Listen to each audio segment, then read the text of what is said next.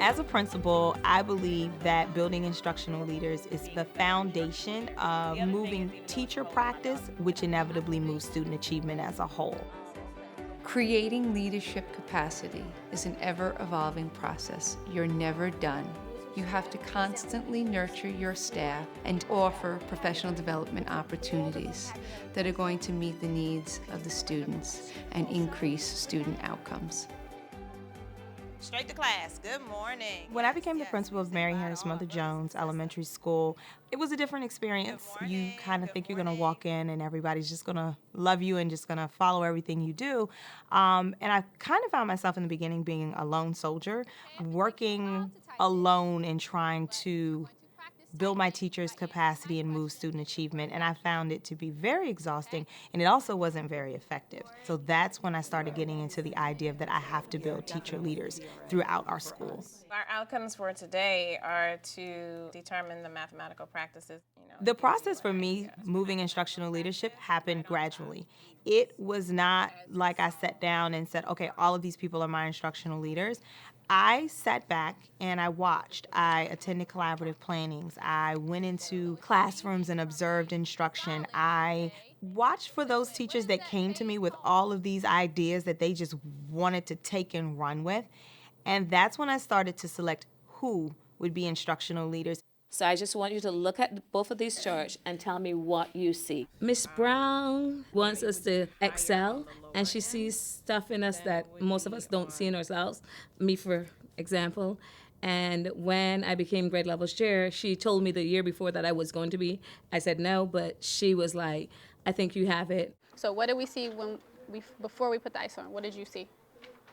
I started behind the scenes, in a sense, developing their confidence to speak up and develop them as leaders. Part of passing on the leadership was building a culture of collaboration within our school and not just leading from the administration team. The next thing we're going to do is we're going to discuss the assessments that we have. So the instructional council meet once a month, and it's all the grade level chairs, pre-K through 5th grade. This year we're focusing on data. What does the data at our school tell about our students and about our teachers as well? If we had to choose one assessment here to move student achievement in literacy, which one would you choose based on your grade level and why?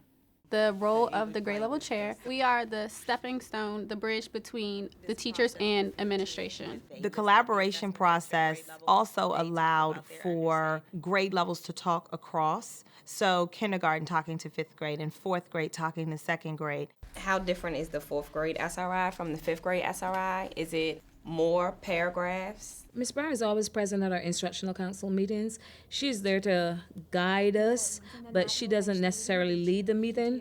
She's also there to give us things to think about. She doesn't always give answers. She gives us questions and she challenges us to come up with solutions together and really wants this to be a collaborative effort, because if we buy into it and we come up with it, then we will run with it. We always connect that back to you're going to have to be a support system for each other this year.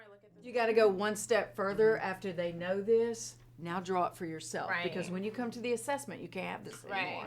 We use the phrase pushing back on each other's thinking here at Mother Jones because we don't like to just make blanket statements. If I question something that another teacher has said, or if teachers question each other, we like for them to go ahead and put that question on the table. And we like for people to understand that when that pushing back, that song and dance that we do is not to offend anyone, it's not personal. It allows you to see things through different lenses. What did you notice about the structure? I was explaining to Mr. Fraser. This is my first year as grade level chair here at Mother Jones, and so far I've already seen changes and growth in our staff. The dynamics are different compared to my previous year. This year is the first year that most of our teachers have opened doors and are now like, hey, I'm willing to get help. I want to be helped. I want to work with someone.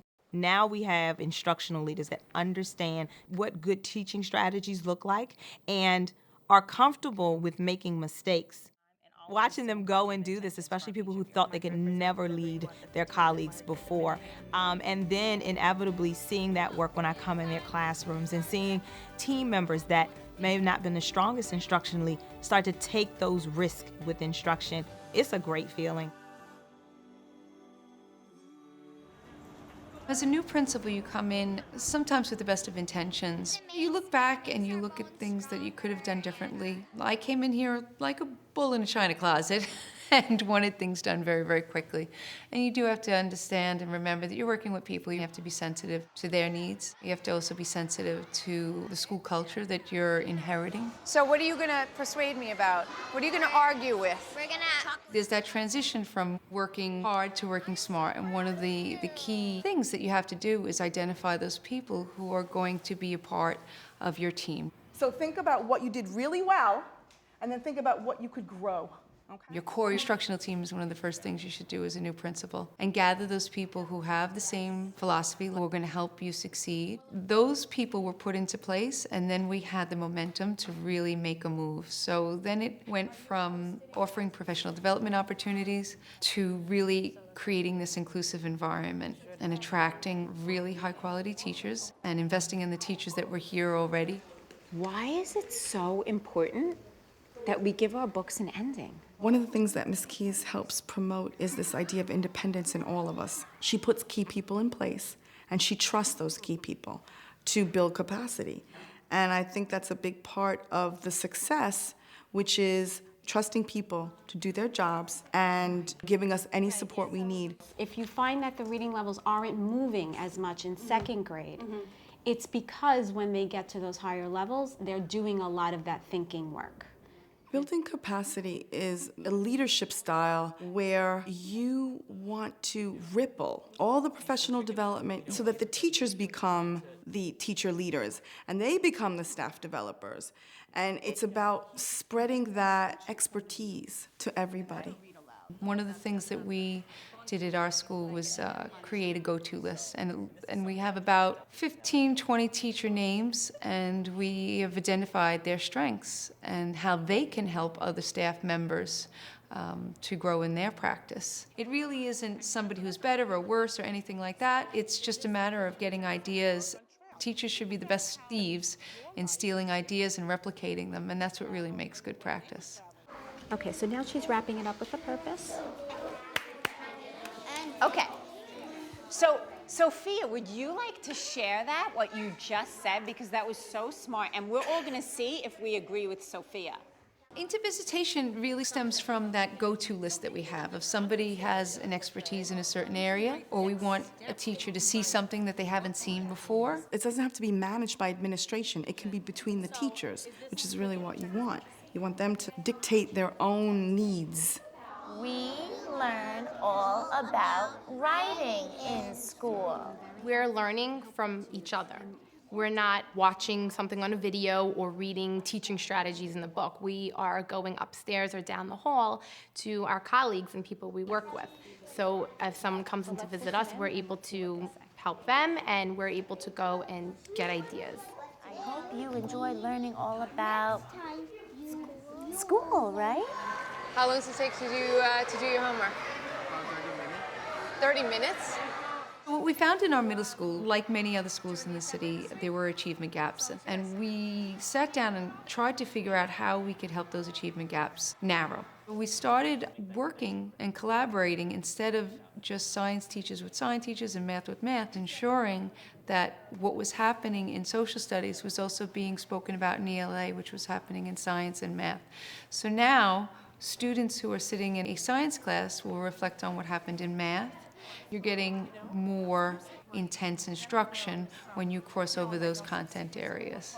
It's all about the children. It's all about lifting the level of our instruction. That's the most important thing, and all the teachers feel that way. Ultimately, we saw a shift of, now I'm hungry to get better, and I want more. Feed me more. I want more professional development. I want opportunities. I want to do research. How many different ways can you do division? What strategies? One division, we made a diagram. As a principal and as an educator, we all know that the job is never done. And in order to keep the success moving, developing leaders is crucial for the success of the school community and for the children.